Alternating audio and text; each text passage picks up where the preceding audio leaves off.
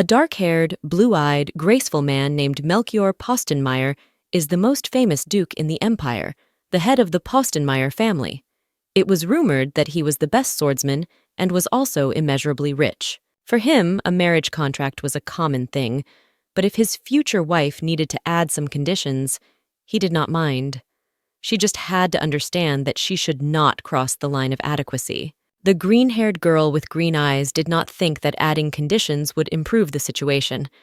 She just took the marriage contract in her hands and stood right in front of the Duke, pointing to his initials in the corner of the sheet.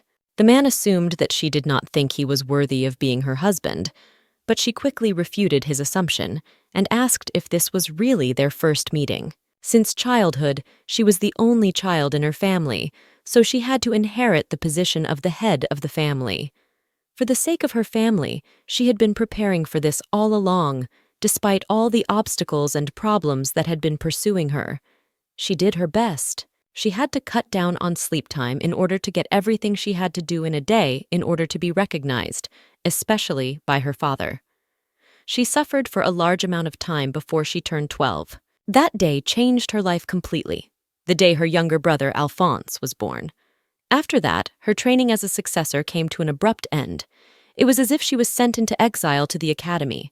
However, Alfonso was in poor health, so he could not be trained to become the future head of the family.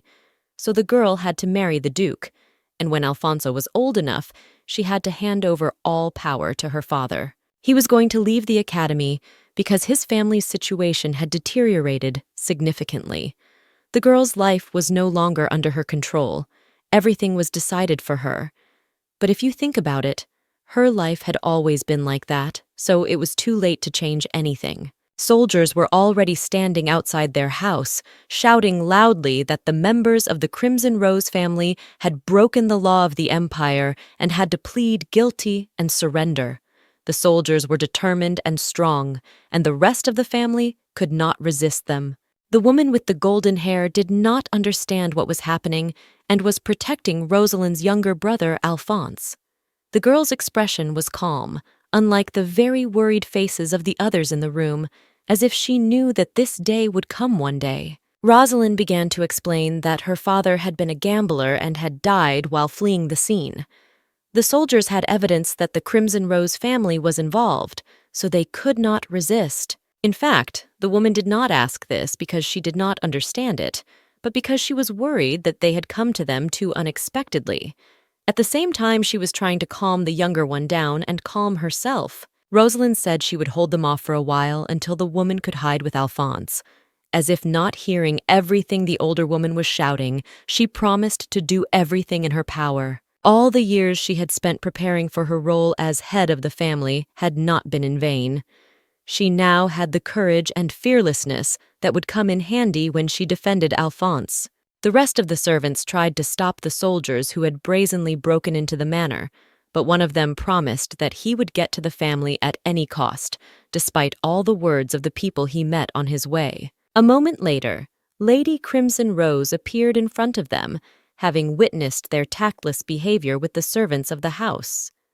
Her unexpected appearance shocked all the soldiers as much as she was shocked by their tactlessness. One of them introduced himself as the captain of the Azure Knights.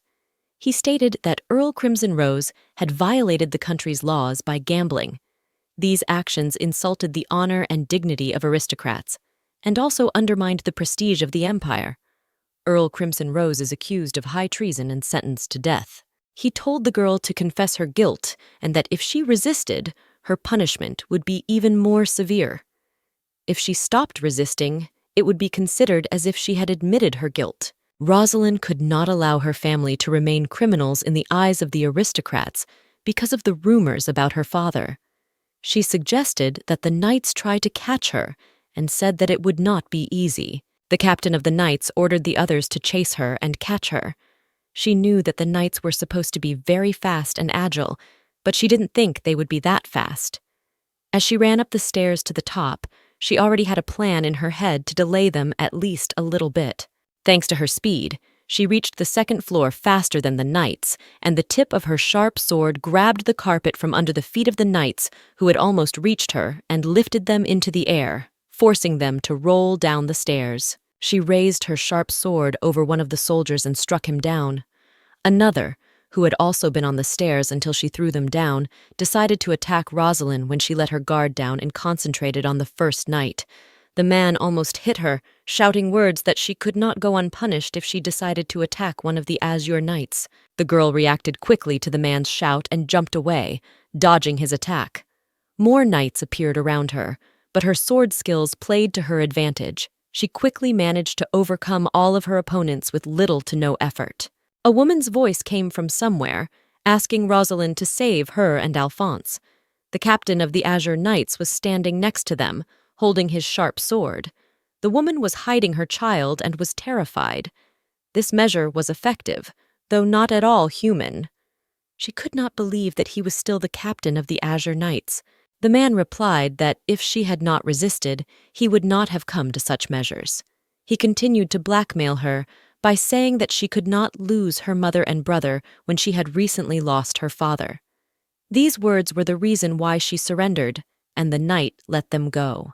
Having already captured the girl, the knights brought her to the glade and brutally abandoned her. This was expected since they had warned her from the very beginning that they would not treat her kindly if she resisted. One of them, whom she had stabbed in the arm with her sharp sword, was very angry with her because he had lost his chance to become a captain because of Rosalind and could not hold a weapon in his hand. Even in this state, Rosalind was able to make her claims against her enemies, so she said that if she hadn't, he wouldn't have been a knight for long anyway. The man was lucky that she only managed to hit his wrist and did not take advantage of the moment to wound him more severely, so he can retire with dignity. This made the knight even angrier, and he began to take out his anger on the girl. She was too self-confident and talked too much, so he felt it was his duty to teach her a lesson. When she was to be taken to the capital, she was to say goodbye to her life. In fact, this thought did not cause her fear, as much as she preferred to die than to live like that. After a moment, the evil knight stopped, causing the girl to open her eyes and look around. She heard a voice she had never heard before and raised her head. In front of her, she saw a man who was addressed very politely by everyone. He seemed to have a high status and was an influential person. He asked what the knights were doing here, to which they replied that they had received an order from Her Highness to arrest the Crimson Rose family. The man asked again and looked at Rosalind. His gaze seemed unemotional and cold. Perhaps it was because of his blue, empty eyes. The man didn't like the fact that the knights destroyed the entire estate to catch Crimson Rose, but according to their captain, they were looking for family members who had gone into hiding. In any case, the man now had only the girl in front of him, so he ordered the knights to return to the manor and find the others, and Rosalind would go with him. The captain started shouting that he could not give the girl away because he had orders not to let the perpetrators go. If she ran away from him, he would be in trouble. The man said that His Highness had allowed him to take what he wanted. His Highness's orders were above Her Highness's, so the knight could not argue with the man. One of the man's knights, named Heinz, instructed him to take Rosalind to the camp, to which he unreservedly agreed. When treating Lady Crimson Rose's wounds, the doctor reported that her bones were not damaged, so everything went almost without consequences. Dr. Damien did not understand how the knights could do such harm to the lady because they were not criminals, but rather were supposed to bring law and order. The girl said that she had wounded one of the knights, so he would never be able to hold a sword again, which made the situation at least a little bit fair. Despite all of this, the knight should not have behaved like this with the aristocrats. After these incidents, a scar may remain, which can lead him to trouble. The doctor said that the bruise would disappear after a while, and if the girl took care of her wounds, she would not have the same scars. The human body is not long-lived, so she had to remember to take care of herself not only now, but always. If Rosalind does not take care of herself, she will die quickly. She now asked when his lordship would arrive, and the doctor said that he should be here soon. With that, his work was done, so he hurried out of the room. If you think about it, the interrogation room is usually dark, and the room Rosalind was in was bright, which was completely different from what she had imagined. Suddenly, she was called out. His lordship, whom the girl knew as Archduke Postenmeier, entered the room. He asked the girl again her name, and after a positive answer, got down to business. He sat down across from her and asked if Rosalind knew who he was. She replied that she had heard other people call him the Great Archduke of the Empire, Melchior Postenmeier. The man knew that the girl had only a younger brother and a mother, but he asked her again just to be sure. After the positive answer, he wondered why she had only one younger brother. She apologized to Melchior, and he asked her again if she had any relatives who were older than her. These questions seemed strange to the girl, but she continued to answer that she did not know anyone who looked like her. It seemed strange to her husband that even on her mother's side, there was no one like her, not even a close or distant relative. Rosalind had little contact with anyone on her mother's side of the family. Pink hair and green eyes were the hallmark of the Crimson Rose family. The girl was now most concerned about what this had to do with her father's accusations of breaking the law and gambling. But the man noted that in addition to this, the girl's punishment also included harming one of His Highness's knights. According to the information provided by the knight, Rosalind has damaged his arm so that he is no longer able to hold his weapon in his hand. Moreover, she did it with ease and skill. Rosalind stated that it was only self-defense. She was not involved in the crime, but they tried to arrest her, so she tried to defend her honor and her identity.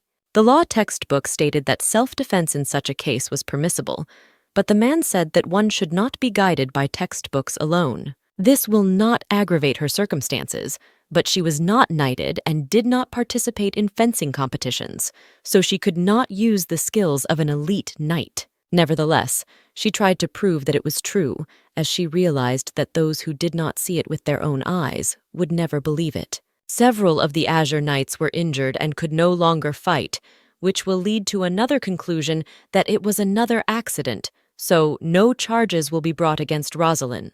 Damage of this type, coming very close to an armed knight, was almost impossible. It was difficult to perform even for the most educated knight. The girl asked whether it was also difficult or even impossible for the Archduke, but the man did not pursue the subject. It seemed to him that Rosalind wanted him to add the accusation of causing the damage to the imperial face. She said that she was ready to take responsibility for her actions, but she was not going to be responsible for anything unnecessary. The Archduke asked if the girl knew the reason why the imperial knights had visited them. She said that she knew that there was evidence that her father had gambled, so her family was accused of treason. Her Highness had suggested that the emperor send the knights to their estate, but it was possible that there were other reasons for this. Now Rosalind wondered what the knights were looking for besides her family. The man asked her what she was thinking about, as he saw her lost in thought for a moment. She quickly came to her senses and replied that her thoughts were not important at all. Then he told her to think about it carefully, just as he had decided to go deeper into thought about it. Rosalind thought she would get an answer, but it was as if the Archduke did not know it himself. He decided to keep her in the room and ordered her not to leave until she found the answer. She had a choice, so if she didn't want to think, she had to stay locked in here. As he was leaving the room, his lordship was called by one of his knights, who informed him that the player Fagelhoven, who was the younger brother of Her Highness the Empress, had arrived. Count Fagelhoven apologized for such an unexpected and uninvited visit, but he had an urgent need to deal with a matter. The Earl received information that Rosalind Crimson Rose was under the protection of the Archduke, and her father was a criminal who had lost his status and property. That is why she has to survive on her own. Duke Fagelhoven's most important request was that Duke Melchior hand the girl over to the Count's family. The main reason why the man had to give Rosalind away was that he had no reason to waste his nerves on her. He refused, and said that at the moment Miss Rosalind was injured, so even if he wanted to, he could not send her injured. Then he asked why he should hand it over to Count Fagelhoven's family at all. The uninvited guest was frightened by the Duke's suddenly angry look. The Count continued to repeat his words that he did not think it necessary for the Duke to waste his nerves and time on her. There was no point in interrogating the criminal's daughter, because it was not entirely in his interest. However, Melchior himself thought that the case could be closed so easily. Perhaps Earl Crimson Rose died during his escape, or perhaps it was not an accident and he was killed by a hired killer in a carriage. The Duke saw a large number of deaths of people involved in gambling. The losers wanted to take revenge on the winner and kill him. The only thing that was strange was that they hired assassins to kill him so quickly, so his daughter is under Melchior's protection until the end of the investigation. Count Fagelhoven argued that it was not the Duke's doing.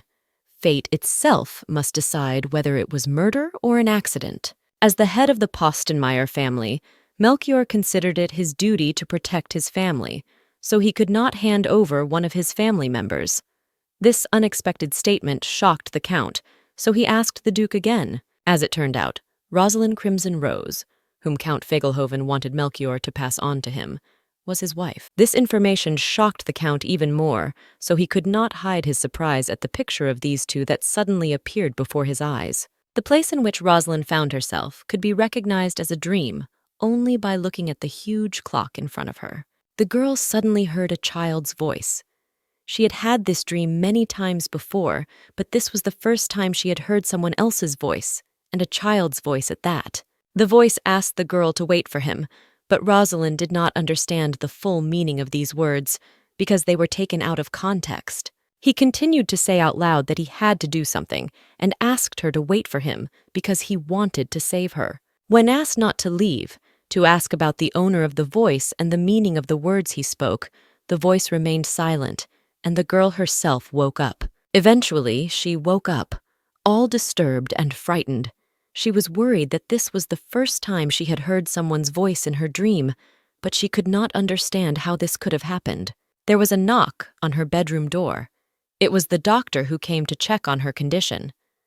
As soon as he entered the room, he asked if she had nightmares that night, as he had heard a noise coming from her room at night. The girl did not want to answer the questions that were asked out of politeness, but wanted to know why his lordship was still keeping her here. The doctor and the Duke's knight looked at each other because they did not know the answer to this question, and one of them decided to ask the girl if she knew that she was in a rather precarious position. The situation was very dangerous at the moment, as the Grand Duke was holding the criminal and could therefore be accused of treason. Fagelhoven's younger brother wanted the Duke to give Rosalind to him, but for some reason he refused, which made the Count nervous. The girl asked if this did not put the Grand Duke in an awkward position, because he had no reason to help her. Now the Grand Duke Melchior has gone to the imperial palace to see His Highness the Emperor Balthazar. Balthazar cared very much for the Duke, so he gave him the right to choose any woman he wanted to marry, and was sincerely grateful for it. But the Emperor said that if he were truly sincerely grateful to him, he would not have married without his knowledge, although he knew perfectly well that marriage between nobles required the permission of the Emperor. He was sorry, but he had no other choice because her father, the Earl of Crimson, was against their marriage, which they had long been planning. This was not a reason to hide it from the Emperor himself, so in that case they should have approached him. Of course, it was much easier with the help of the Emperor, but the Duke could not force His Highness to break the laws of the Empire. The laws of the Empire included that they could not marry without her father's permission, as Rosalind was a minor. She was 18 years old, but she had not yet celebrated her coming of age. This was so unexpected and caused the Emperor to sparkle in his eyes. The Emperor was very touched by Melchior's story of his love, how he could not wait until his beloved turned 18, so he decided to tie the knot illegally. He did all this while keeping it secret to protect his beloved. The unexpected fact was that the Duke's previous marriage was full of romance and care. Now the Emperor understood Melchior's refusal to become engaged to Princess Anstroth, but in fact, the silver-haired man believed that the Duke would remain a loner. This time, the Emperor took pity on the dark-haired man, recalling how he had saved the Empire 6 years earlier. He had already forgotten about the incident, but he was pleased that His Highness remembered it. In the end, the Duke could not delay too long after authorizing the marriage. He was pleased to finally be able to solemnly announce his marriage to Rosalind Crimson Rose. Already at the apartment, Dr. Damien told the girl that over time, as the Duke grew older, his memory began to deteriorate rapidly. All this time, he was looking for a girl with a name like Rosalind. That was all Melchior's people could tell him now, otherwise they would have been in trouble. He was looking for the woman from his memories, knowing only her name. That was the reason why he decided to interrogate the girl. He didn't know her at all, but he protected her. Their conversation was interrupted by the Grand Archduke Postelmeier. One of those present in the room asked how the meeting with the emperor went, but the man simply ignored him. A document appeared in front of the girl. When asked about the contents of this document, the Archduke replied that it was a permission from the emperor for a marriage contract. Reading the contents of this agreement, the girl was shocked. Her eyes could not believe that the emperor, being in his right mind, could authorize a marriage between Melchior and Rosalind.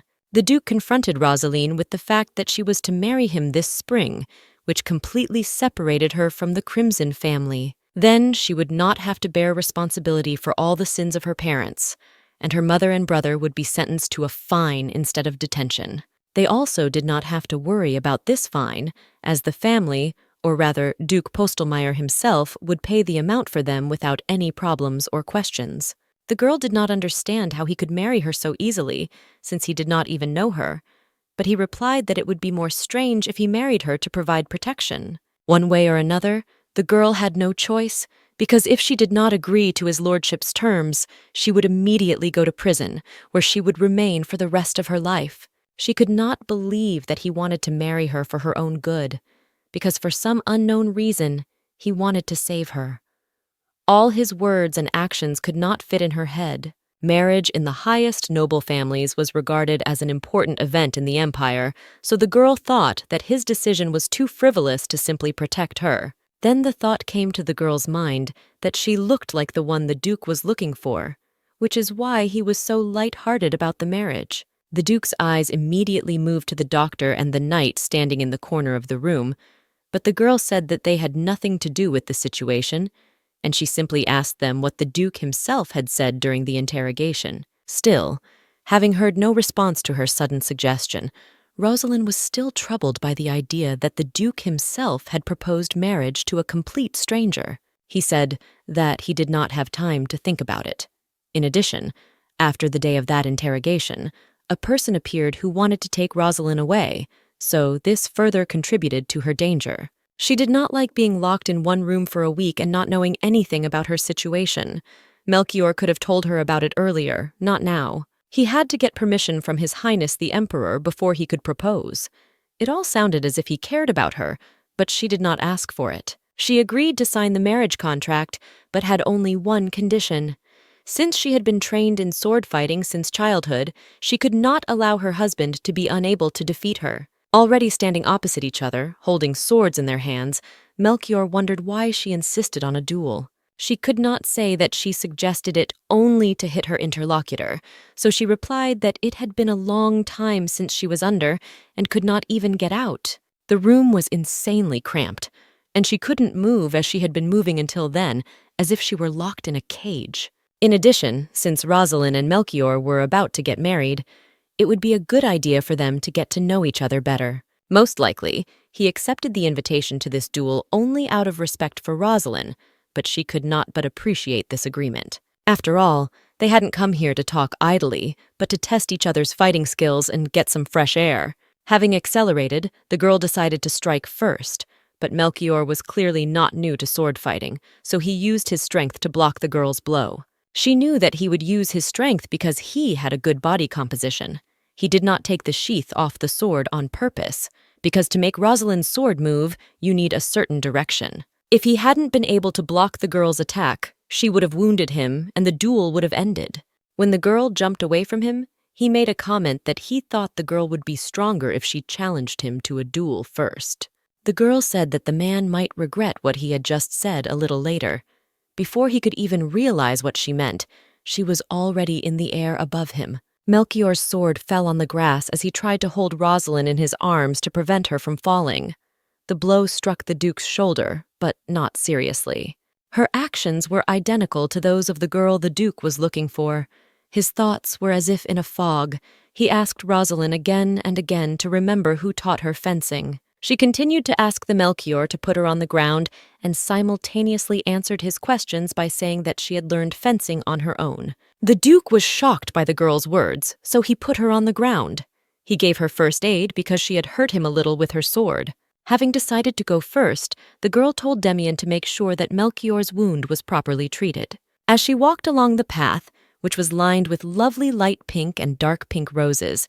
She thought about what had just happened. She felt as if she had done something wrong. Perhaps she should not have agreed to this marriage.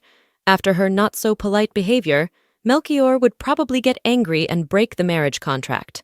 Determined to forget it as soon as possible, she continued on her way along the path when she heard a voice.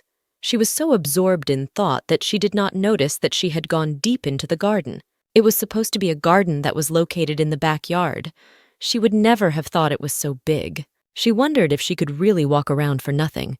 In any case, she was about to return, but she didn't know the way out of it, so she had to find it. Behind her, she heard someone's voice, as if someone was shouting. She looked back and decided to walk closer in that direction, based on the voice that had just come from there. In the back of the garden, there was a small conflict between the boys of the academy. One of them was pushed against a tree and ordered to get the answers to the assignment in the professor's office. They did not give the boy a choice, saying that he wanted to get the answers to the tasks himself. He refused, but the others pretended not to hear him. One of them grabbed the boy and started threatening him. He took a swing to hit the target of his abuse, but a stone hit his hand, stopping him. Rosalind hid behind one of the thick trees and threw stones at the boys. It was obvious how hard she was throwing the stones, because one of them got stuck in the tree. This was enough for a small number of hooligan students to leave the forest and leave the boy alone, at least for today. He got up from the ground and thanked the unknown woman. Starting to move closer to the tree behind which Rosalind was hiding, he asked her to show herself so that he could thank her in person. She was changing her locations so that the hooligans who were harassing the boy could not find her. But the boy himself easily identified the tree behind which the girl was hiding. Eventually, she showed, and the boy was able to thank her personally. She said that she should not have thanked her for that, because she just could not watch the hooligans bullying the boy. He couldn't take back what he had said, so he thanked him again. The guy introduced himself as Julian, a third-year student at the Imperial Academy. Rosalind felt embarrassed when the boy called her a savior because she had done nothing to deserve such words. Julian asked his rescuer for her name, and she began to think about whether she should give her real name. She hesitated between giving her current name or her future name. Eventually, she introduced herself as Rosalind, but that was enough for the boy. He complimented her on her beautiful name and smiled warmly. Julian said that he would be happy to help the girl if something bad happened to her as well, in exchange for what she had already done for him. Even though he said so, he thought that he could not really help her because intelligence alone does not do much good. This sweet boy seemed to Rosalind to be a very good child. He was attentive even though he was so young. Such children should not have been bullied. He couldn't stay any longer. He had to get back to the dormitory, so he said goodbye to Rosalind and walked in the opposite direction. She had to go too, so she deduced that Julian was now walking toward the academy, so she had to move in the opposite direction to get to the estate garden. Noticing the roses she saw as she entered the forest, she realized that she was almost there. She didn't seem to have gone very far. Upon entering the mansion, she saw the Duke in front of her, who noticed that she was late.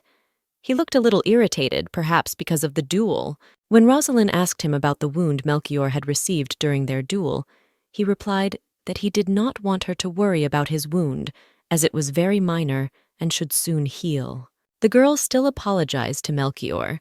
She believed that she had acted like a child when she challenged him to a duel, which resulted in Melchior's injury. He did not see it as a big problem or something to apologize for. For him, it was just a small thing that he didn't want to pay much attention to and waste his precious time on. Although Melchior agreed to the duel, it was Rosalind's fault.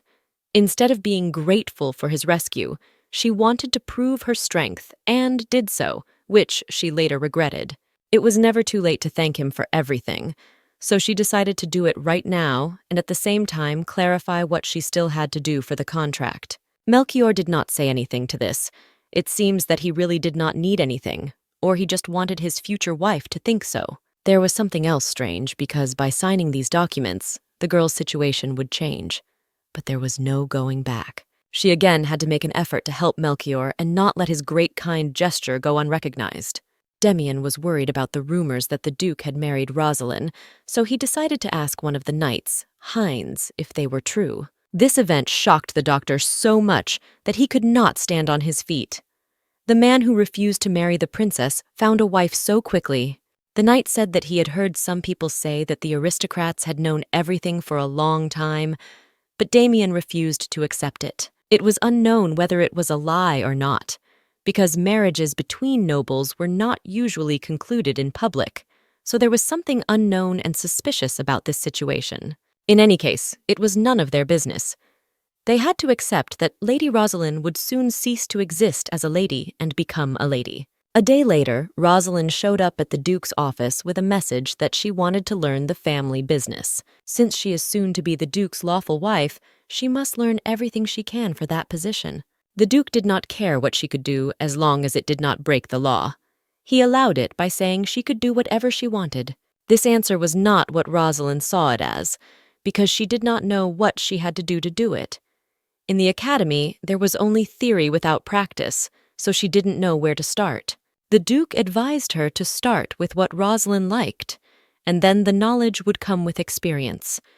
If she encountered any problems, she should tell him, and they would solve them together. She would have to learn from her mistakes, but she was more concerned that Melchior was an influential man, so if she made a mistake, his family's position would be shaken. She promised herself not to make a mistake so as not to cause unnecessary trouble for her husband, just like her family's Crimson Rose, but now under a new name. She now belongs to an influential family that is closest to the emperor. To achieve this status, she had to study hard, which she was going to do. The Duke told her that she could make a mistake or fail, but her position would be stable for their family, so she should not worry about it. Melchior must have worked hard to achieve this success. He seemed to Rosalind to be a very strong and determined person. He probably made a lot of mistakes when he first did something, but now that he has learned from his experience, he can teach Rosalind. Rosalind missed that the girl who looked like her had been a support for Melchior at that time in his life, so she decided to ask him personally if he was still looking for her. The man simplified all the girl's assumptions that Rosalind was his first love and claimed that she was only his teacher. There was confusion when Melchior tried to explain which Rosalind he was talking about. It was uncomfortable and sometimes confusing for the girl, so she wanted to change her name to avoid it further. Most likely, she realized that if she changed her name, Melchior would change his attitude towards her, as he now sees her as his teacher. The man didn't think too long and an idea came to him. He suggested her nickname, which had almost no difference from Rosalind's real name, Rosalind. The man commented on his choice as follows. In the East, her real name is pronounced as Rosalind, so there is almost no difference in pronunciation. This option was completely suitable for Rosalind because her name hardly changed, which was a completely solved problem for her. While resting in her mansion, Empress Wilhelmina told the others in the room that she had heard rumors that Duke Postenmeier and Crimson's daughter Rose would soon be married. They had no plan because they had found nothing of Countess Crimson Rose and her son. Their house was also almost empty, but the relationship between the two was now the most important issue. Of the Crimson Rose family, only Rosalind remained, but she was currently under the protection of Duke Postenmeier. All of their family's plans would be ruined if they did not capture Rosalind, and the Empress understood this perfectly. By now, Count Crimson Rose was dead.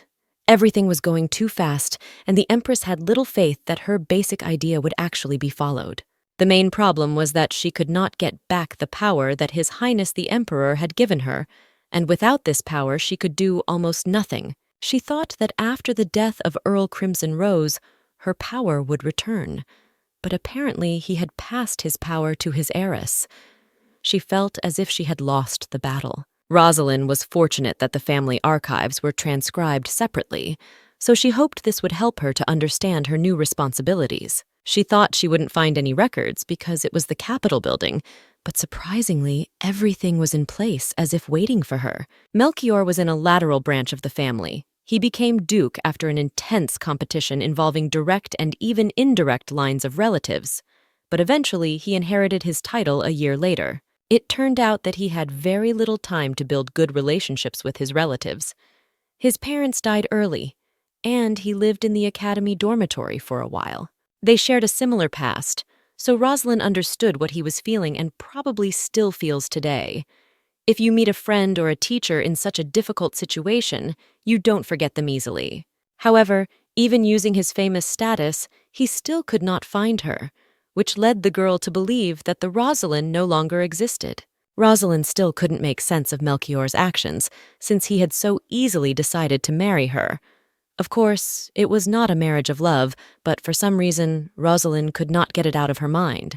In any case, she was not going to pry into the Duke's past, and even if he was having a secret affair now, she was not going to pay attention to it. One of the knights knocked on the door and said that Rosalind's mother and younger brother had arrived and asked her to meet them right away. When she met her relatives, unlike them, the girl was not so happy about this meeting. Her mother was happy that her daughter would become the wife of Duke Postenmeier. Rosalind's mother thought that after the marriage with the Postenmeiers, no aristocrat would dare to look upon the Crimson Rose family as worthless. The girl herself realized that at best they would only look like a dependent family on the Postenmeiers, and in social circles they would be laughed at. The woman claimed that until Alphonse became an adult, the Duke had promised them support in managing the property, but that it was all in debt. The girl argued that they should not take the Duke's support for granted. Even if they worked the rest of their lives, they would still not be able to pay off all their debts. Her mother did not think so, because she thought that the Duke would not even pay attention to such a trifle as a few people in his estate, given the great wealth of his family. Of course, after her mother's desire to take possession of all the property of her future husband, the girl tried to stop all her dreams. The older woman did not like this at all, and began to think that her daughter was being disrespectful to her because the woman had interfered with her happiness with her new love. She claimed that Rosalind had left as soon as her father died, and now that she had become a Grand Duchess, she dared to lie to her own mother. According to her mother, the girl did the same thing in the apartment, cornering her and Alphonse, leaving them completely alone without protection. If she does not set a good example for Alphonse, her fiancé will soon annul their marriage based on this thinking. Rosalind's mother was not going to stop making her assumptions about her daughter. She said that the Duke had accepted Rosalind only because she had not yet had time to marry. This time, the woman forgave the girl for her terrible temper, but she was not going to do it again, because Rosalind had to find a way to cope with her terrible temper so that the Duke would not leave her. The girl did not understand what her mother was talking about, because she had not cared for her since childhood, even forgetting about her debut in high society. Not to mention the social life, the girl herself could not go to her friends' banal birthdays due to lack of money. Every day she felt more and more lonely due to the lack of any support from her parents, who gave all their attention to social life. Her mother would not let her take a break from her studies when she was very stressed and tired. And when her younger brother was born, she tried with all her might to convince herself that her efforts were not in vain, but that her efforts were passed on to him. Rosalind stated that if her mother considered her a member of the Crimson Rose family and her daughter, she should have treated her the same way she treated her younger brother. The woman was not going to treat her daughter the same way she treated her young son, because she considered her daughter to be arrogant. She saw no solution to the situation other than to ask her mother to leave. She later began to regret allowing her to visit the house in the first place. As Alphonse's elder sister, Rosalind was going to take responsibility for him so he would stay in the house. But because her mother did not consider Rosalind her daughter, she had no reason to care about this woman either. She pointed Countess Crimson Rose to the door and asked her to leave, as she was now considered an uninvited guest. When he visited the emperor, the Duke said that it would be difficult to hold the ceremony, as it would be considered disrespectful to his wife's feelings. The emperor understood this, as the Duchess was most likely still mourning the death of her father. He was pleased that Melchior was so attentive to the feelings of others. Nevertheless, the emperor could not authorize a marriage without a ceremony, so they had to hold at least a simplified version of this event, to which the Duke agreed. The simplified version of the wedding was quite easy. All Melchior had to do was call the priest and play along. The Empress still had her eye on Rosalind, so both the Duke and Rosalind had to be careful and cautious. Passing a transparent door leading to a small terrace, Melchior looked to see who was standing behind it. He turned to the girl who was looking into the distance, leaning on the balustrade, and asked her what she was doing here at such a late hour. The girl joked that she wanted to elope while the moon was still shining brightly. The Duke did not immediately understand the joke and thought that she decided to run away because she did not want to marry him. She revealed the real reason for being on the terrace, explaining that she just wanted to get some fresh air. Although Luna was quite bright, it was dangerous to walk alone in the middle of the night, so he decided to keep her company. When he came closer, he noticed that her eyes were red, so he asked her why. She did not think it necessary to reveal the whole truth, but the Duke insisted on it because he was her husband. She got married to avoid all the consequences. She still didn't understand why he proposed the marriage in the first place, but she was glad that it was a reminder that he was her husband. The garden near the estate was large, and usually everyone walked in the main garden, as this one did not look so decent. The Duke had to find a good gardener as soon as possible. Their walk completely lost the Duke from the idea that he wanted to tell Rosalind about their wedding ceremony. Just recently, the man said he was going to cancel it, and today he said that His Highness said they should at least hold a small ceremony and listen to him. He was going to just call the priest and exchange vows at this ceremony. Since Rosalind's family was here, they could invite their relatives. At the mention of the latter, the girl was a little alarmed, but the Duke thought that she had become sad because of the ceremony or his words, for he might have said something wrong. The man could not make the girl feel sad about her own wedding, so he offered to do it the way she wanted, but she assured him that there was no need. She was still worried about the day she hit Melchior's shoulder. He had even forgotten about the scratch because it had healed quite quickly. Rosalind had not yet fully understood Melchior's always stony face, so her vision of his words differed slightly from the reality he wanted to show. It was her reaction that made Melchior realize that he had said something wrong again, but he was telling the truth. In fact, despite the fact that the injury was quite severe, he quickly returned to normal. Rosalind remained silent for the rest of their walk, so the Duke tried to understand what had been going on with her lately. He did not like her reddened eyes. He assumed that she was angry with him, or maybe it was because of her younger brother and mother. He didn't know for sure.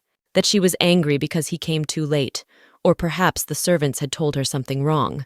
He could not stop thinking about Rosalind's sad appearance. Come to think of it, it had been a long time since the Duke had walked with someone so casually. Perhaps he was supposed to give her a cloak or ask her something, but he didn't realize what it was. His thoughts about what he was supposed to do alone with his wife while walking in the garden were interrupted by a girl who asked him to come back, as it was getting late. Not for the first time, it occurred to her that it was difficult to find a common topic of conversation with Melchior, but it was not her fault. When she first saw him, she immediately realized that he was not a man of many words, so she decided to walk beside him in silence, not causing any trouble or disturbance. They walked together for a long time in the garden, but he did not say a word. Rosalind had no idea what this man was thinking. Now she had some doubts that this marriage would last happily ever after without misunderstandings, as she had thought before. The Emperor knocked on the door to Empress Wilhelmina's room. He wanted to visit his wife, who was spending too much time in her room, and go for a walk. Eventually, the woman opened the door and let him in. She was still angry with him and said that she would never stop being angry with him. She could not even sit next to her husband and told him to sit across from her, as she was still resentful of him for saving the Crimson family. A man had not seen his wife for 10 days and could not sleep or eat without his wife. He loved her infinitely and promised to do anything to see a smile on her face. After that walk, Rosalind could not sleep. Melchior and her mother piled on top of her and did not leave her head until the morning. The butler of the Postenmeier family entered the room where Rosalind was staying and said that Countess Crimson wanted to meet with the girl. The Countess told the butler to refuse her because the Crimson estate would soon be rebuilt, and until then she could stay at a hotel. The butler still stood by the girl, not about to leave his seat. Perhaps it was wrong of her to kick her own mother out, but if it were the Duke sitting in her place, there would be no such question at all. Next, she asked the butler if he had made an appointment with a maid. If she had been given the opportunity to hire a maid, she wanted him to help her with this. She decided to use this permission to the fullest, so she asked to bring her resume and letters of recommendation. The duchesses checked the resumes of everyone the butler had given her. The man also noted that there were also resumes of those who had never worked before.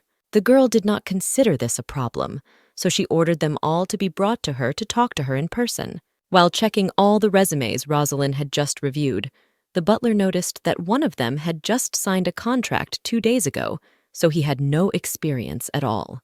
The girl decided to give this servant a chance and terminate the contract with the other 3, as she is the one who chooses the servants in the house. The butler asked why she was his, and the girl explained that Axel had closed that year and merged with the southern branch. The guy lied because he worked for Axel until January of this year. The ships that could have been used to travel only left every 2 weeks, but in early May, no ships left because of typhoon.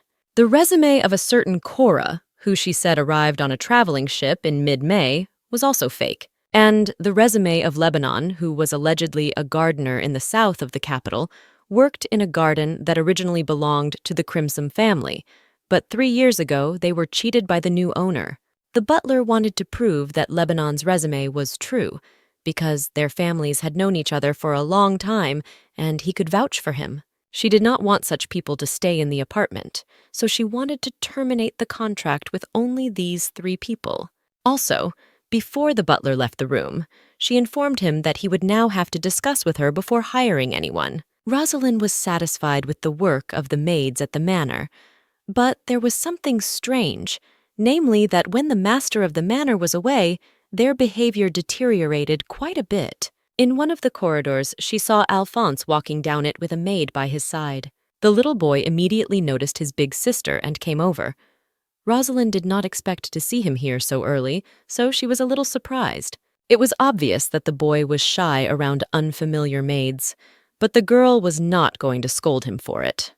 Besides, he was worried about his mother, whom Rosalind had recently kicked out. The boy asked the girl to take him to the restroom, but in fact he wanted to take advantage of the moment without anyone seeing them to tell his sister something important. He said that last night he overheard maids talking to him, humiliating his older sister, and saying unpleasant things about her. Alfonso was afraid to fall asleep because he thought he would be kicked out just like his mother. He was also a little afraid of his sister, because it was the first time he had seen her so angry. Wandering along a huge corridor, the boy wanted to find his mother, when he suddenly heard the maids talking from one of the rooms, the door of which they had forgotten to close. The maids could not believe that among the many noble girls from great families, the Duke had married someone like Rosalind. They continued to say unpleasant things about the new Duchess, as the boy continued to eavesdrop on them. One of them suggested that she be publicly disgraced, as they had no desire to obey her and did not consider her a match for his lordship. The Duke asked his knight Heinz why he did not start the meal, but he replied that he could not eat when his lordship did not start the meal either. During this time, the knight lost a lot of weight and looked very sickly. Although he was getting enough sleep, he was clearly missing something. And then the knight himself suggested that he was depressed and wanted to take a sick day to visit Benjamin, who was his pet tree. Heinz left him in the east and missed him terribly. The Duke planned to travel to the east 2 months after the wedding, so Heinz's meeting with Benjamin had to be postponed. The man was sure that someone else would take care of him. Heinz did not accept Melchior's words. In 2 months, someone would take Benjamin away. When his lordship suggested that the knight buy himself a new plant, he replied that he could not betray his friend. In the end, the Duke allowed the boy to visit Benjamin if he was so worried about him, but only on the condition that he could go only after he retired. Melchior was to speak to Rosalind as soon as he returned to the estate, as he was concerned about her mood on the last day before he left. Upon arriving at the estate, the man asked the butler if Rosalind had really expelled Countess Crimson, and he received a positive answer. The butler was a little confused that the Duke did not care about anything his wife did, but he replied that even if she had expelled the Countess, there was a reason for it. Finally, he realized why she was in such a bad mood. From that moment on, he would have to learn to recognize Rosalind's moods to better understand the situation. Even though it was late in the evening, the Duke decided to visit her room. The girl was not sleeping, but sitting on the terrace looking into the distance. She was sitting on the edge of the balustrade, to which Melchior remarked that it was dangerous to sit like that. Rosalind was surprised that her husband had returned so quickly after leaving so recently. He began the conversation with her by saying that he thought she was asleep. but she decided to change the subject again to the fact that after their wedding, they were to go to the Western lands. But now she wanted to enjoy the view from the terrace from her room. That evening, she looked very upset. Maybe her family really wasn't that good, so she chose not to bring them with her. Rosalind took this moment as an appropriate one to ask the Duke if she really resembled Rosalind, who was his lover, and he replied that they were sufficiently similar to each other to be mistaken for the same person. She thought about it for a few days, and was even a little angry to think that the Duke didn't think about the consequences of some things, but now it was all right. The main thing for her was that Melchior should not be disappointed in her, but she could not ask for more, because all he needed was his beloved Rosalind, not her. In this, the girl was right, because the Duke wanted to save her and understand what she was feeling, but this was in no way true of the Rosalind. Even though he knew nothing about the girl, he was still kind to her and behaved in such a noble way that it was truly astonishing. She owed him a lot and apologized for her inappropriate behavior. Rosalind promised to repay him for it. In any case, she would not be able to return everything, and she had no obligation to do so.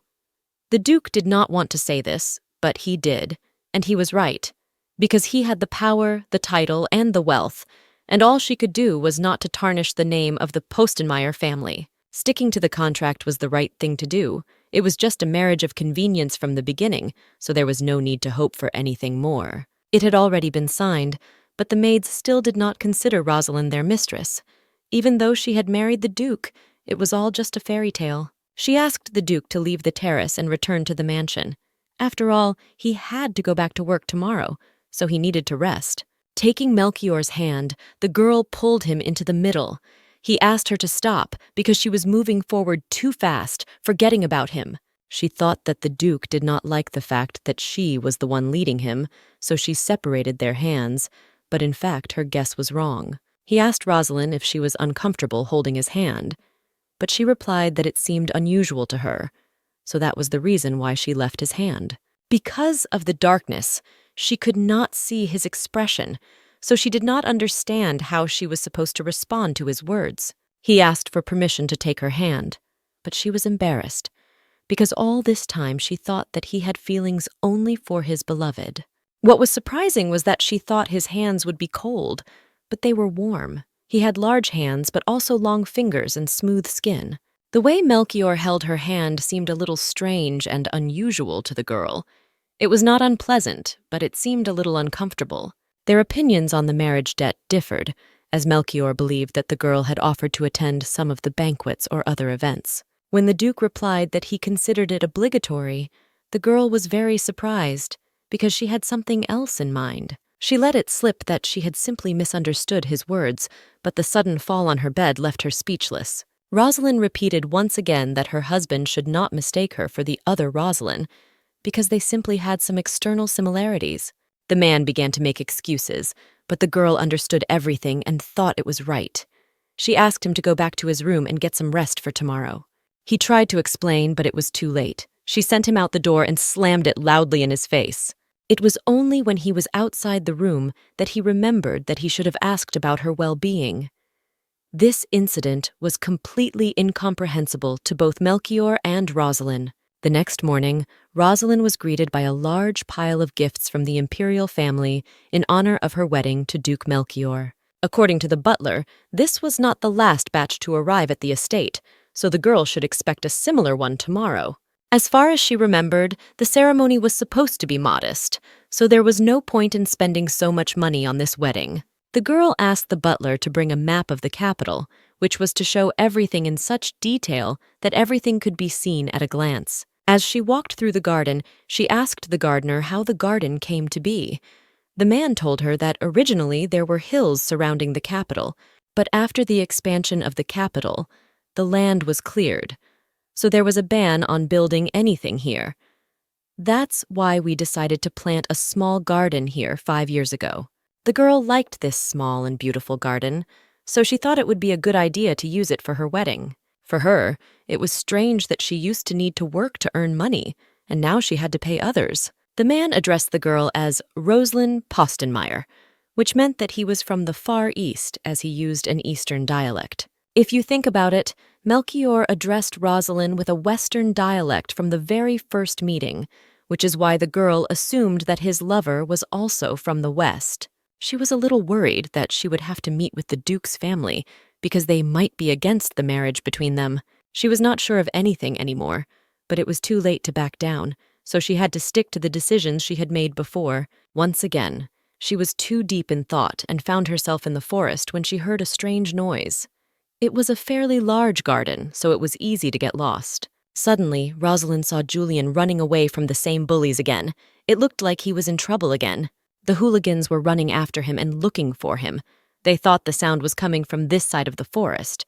But when they looked around, they did not find the boy. One of them also heard a woman's voice, but he thought he was just imagining things. Meanwhile, Rosalind hid Julian behind some bushes, waiting for the bullies to leave. The boy thanked her again for saving him, but said that this time they were not chasing him, but he had accidentally run into them. It was time for him to go back to the academy, but the girl stopped him because she thought he was walking strangely. She missed that he had injured his leg while running. He claimed that everything was fine, but she realized that if he pretended that nothing had happened, his leg would not heal, but would instead develop into a bigger problem. Julian didn't want to give Rosalind any more trouble because she had already saved him twice. He was incapable of doing anything, so he could not repay her for her kindness. The girl denied all the boy's words because he should have listened to adults and accepted help, especially from those who really wanted to provide it. The girl quickly treated the injured leg and said that in 2 or 3 days Julian would be able to feel better. She also wanted to know why those boys were bullying defenseless Julian, but he said that he had to deal with this problem himself and was already going to do so. Rosalind emphasized that the boy had to use what he had an advantage in, so the next time they bully him again, he should outsmart them. Leaning in close to the boy's ear, the girl whispered some things that were not quite right, but the actions of those hooligans deserved it. Julian's rescuer seemed strange but kind. Her name was fitting, for she also smelled of roses. It was strange, but it seemed to him that the place she touched with her hand immediately turned into roses. Now, after her help, the boy could walk more or less normally. It was time for the girl to return to the estate. This garden was huge, much bigger than the map showed. Then Julian said that this area was considered unclean, but the Duchess did not know what he meant. Julian's gaze drifted to the other side of the small lake, beyond which an unknown man appeared to emerge from an unknown location and move in their direction. This man gave them a strange feeling and fear. Julian thought that this man had found them because of him, but now they had to split up to save themselves. It was unclear whether the man had a high or low voice, but she could clearly hear a stutter in his voice, as if he was afraid to approach. The boy convinced Rosalind that he was fine and that they just needed to find a way to get out of the forest as soon as possible, avoiding this unknown. Suddenly, the man on the other side of the small lake turned his back on them and said that he needed to walk in the opposite direction to get to the place he was headed to. This man was not dangerous, but they did not know what kind of creature he was, nor did he. He asked them to take him with them because he did not understand and did not know the reason why he was still here. Julian told him that they were not able to help him, and then the boy said that the man would never return to his life, so he should not cause problems for others. Most likely this man appeared because of Julian's magic. It would have been a problem if someone else had seen him, but the boy himself was able to deal with him on his own. She had heard of such powers, but she had never believed that ghosts were real. Suddenly, Julian's eyes glowed blue, and he asked Rosalind not to look at them for a while. Julian has had similar attacks lately, when his eyes turn blue and sometimes it becomes very difficult for him to control them, but this time he managed it. People are often surprised when they see this light in a boy's eyes. Rosalind suddenly remembered that Melchior had a similar look in his eyes when she first met his eyes. The girl thought that people could not have eyes like that, but it seems that Melchior has the same abilities as Julian. As they moved toward the exit of this uncleaned garden, Julian was feeling a little better, according to him, and could walk straight. When she provided first aid to the boy, his leg was already slightly swollen, so it most likely caused some discomfort. Perhaps he felt better after he got rid of the ghost that was taking away his strength, but in any case, the Duchess hoped that he was not lying to her. She thanked him for rescuing her, because if not for him, she would have been lost. He could not accept this gratitude, because he had gotten her into this. Thinking back to her childhood, Rosalind realized that Julian was very much like her before. She really wanted to support him, but she didn't want him to worry about Grace. The forest was over, so they had to go in different directions. The boy had to return to the dormitory, and the girl to the Postenmeyer estate. Before leaving Rosalind, the boy asked if they would meet again, but quickly realized that such questions were a bit inappropriate, as they were not even friends, and ran away. Looking at Julian, the Duchess recalled her childhood. Thinking about his question, she regretted that she could not give an answer. It had been quite a while since the girl had left the cleansed garden, and the knight who had accompanied her and the gardener were beginning to worry about her. Looking behind her, the girl remembered exactly how she left the forest and stayed at the entrance with the boy for some time, but saw only a beautifully decorated arch behind her. Something was definitely wrong, as if she had come out of nowhere. Rosalind decided to pretend that everything was normal, but she was wondering where the entrance to the forest had gone. At the same time, in the imperial palace, the count said that he had sent a large number of gifts to the duke's home, but now he was very sad because they were not going to have a lavish wedding. Perhaps they had discovered the Empress's entire plan, so they decided to be cautious and organize a small celebration so that only their loved ones would be present.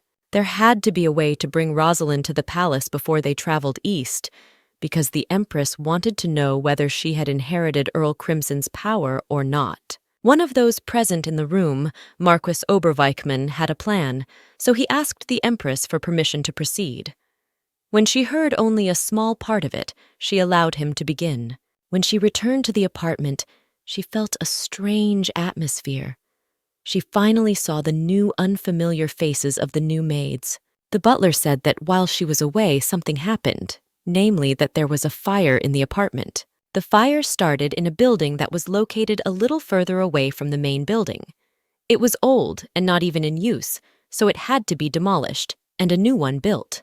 It was a small fire, so the butler asked her not to tell the Duke about it. Rosalind didn't understand why they were waiting for her to find out, and then a puzzle came together in her head. She did not like that all the servants were so calm. It was strange that they were waiting for her to return or for permission to put out the fire. Recalling Alphonse's words that evening and the maids who wanted to publicly disgrace the new Duchess, Rosalind realized that they had decided to test her. One of the new knights was already hurrying to the Duke, who had received an important message that there was a fire in the house. Heinz stopped the former's panic, because at the beginning of his work for the Duke, he had also received this commission. It was a so-called recognition ceremony. The way the servants stood there looking at the fire, doing nothing, made Rosalind suspect that they had set the building on fire. They could have dealt with the fire themselves and not caused the Duchess any unnecessary trouble, and because it was a possible test, she had to act. The butler said that he had already called the fire department, but by the time they arrived, the fire could grow even worse. If they had no choice, they had to put out the fire themselves, and it was Rosalind who had to put it out, without listening to all the cries that it could be dangerous. The fire had started in the kitchen, so now she had to think about what she could use to put it out. If the fire was caused by oil, then surely water would do nothing, so she ordered the milk to be brought to her quickly. After the fire was extinguished, she ordered to check the remains of the smoldering boards and take out the rest of the furniture that had been burned. At a time when all the servants were standing idly by, the young girl was able to soberly assess the situation and enter the burning building to put out the fire. Also, given the fact that this place was located near the Narodovolok, People's Liberation Compound, she was able to find the simplest and most optimal solution, which made her an excellent leader. A wise decision in this situation increased Rosalind's authority among the servants. It turned out that this was indeed a test. The only problem was that now she had no proof that the fire had been caused by the servants. The butler used her own order against her, because now she could not prove her point of view to the firefighters. She had to be not only prudent, but also cunning, because if she had started to put out the fire with water, the fire would have only gotten worse. Still, It was good that she was able to solve everything on her own, but now she couldn't figure out how she was supposed to find the person responsible for the fire. From the very beginning, she found it strange how the maids worked, because the maids asked the Duchess to leave the room where they were going to clean. The work they were doing was responsible, but their attitude toward the Duke's wife was terrible. Rosalind decided to ask the butler how the fire started. The man replied that one of the maids was cooking in the building without permission for her own needs and accidentally spilled oil, which led to the fire. The girl noted that he had recently said that the building had not been used for a long time and was planned to be demolished, so she wanted to know the real cause of the fire. The maids decided to frame a very young colleague, Deborah, saying that they had seen her leaving the building. Deborah tried to defend herself, but they claimed to have seen her disappear during lunch. Deborah was the new girl. She had been here about 4 days. It looked like she was a replacement for the servants Rosalind had fired. The butler was too bad at pretending because when someone is angry, they behave very emotionally, and the man always remained calm. The girl did not like the fact that they had deliberately set the fire to ruin her life. She also didn't like the fact that they had the nerve to frame their colleague, who was completely innocent. Instead of punishing Deborah, the Duchess decided to punish the butler, because she had instructed him to supervise and train new servants. The clumsiness of the new maid could be forgiven, but it was an unacceptable mistake for such an experienced butler. Each of them had their own duties, so this time she decided to turn a blind eye and just cut the butler's salary for negligence in training the workers. She had no doubt about the butler's loyalty to the Postenmeier family, so if he found good evidence that Deborah had set the fire herself, the Duchess would reconsider her decision. Rosalind was very surprised to hear that the butler admitted his guilt and considered it an honor to obey such a wise lady as Rosalind. Their late mistress used to say that with status comes great responsibility. She also said that the punishment should be borne not by the one who obeyed, but by the one who taught him. A wise and intelligent lady was the best reward for the workers, so now they had respect for Rosalind for her brave act and resilience. The girl decided to return to her room, so she warned the butler that if he needed anything, he should let her know.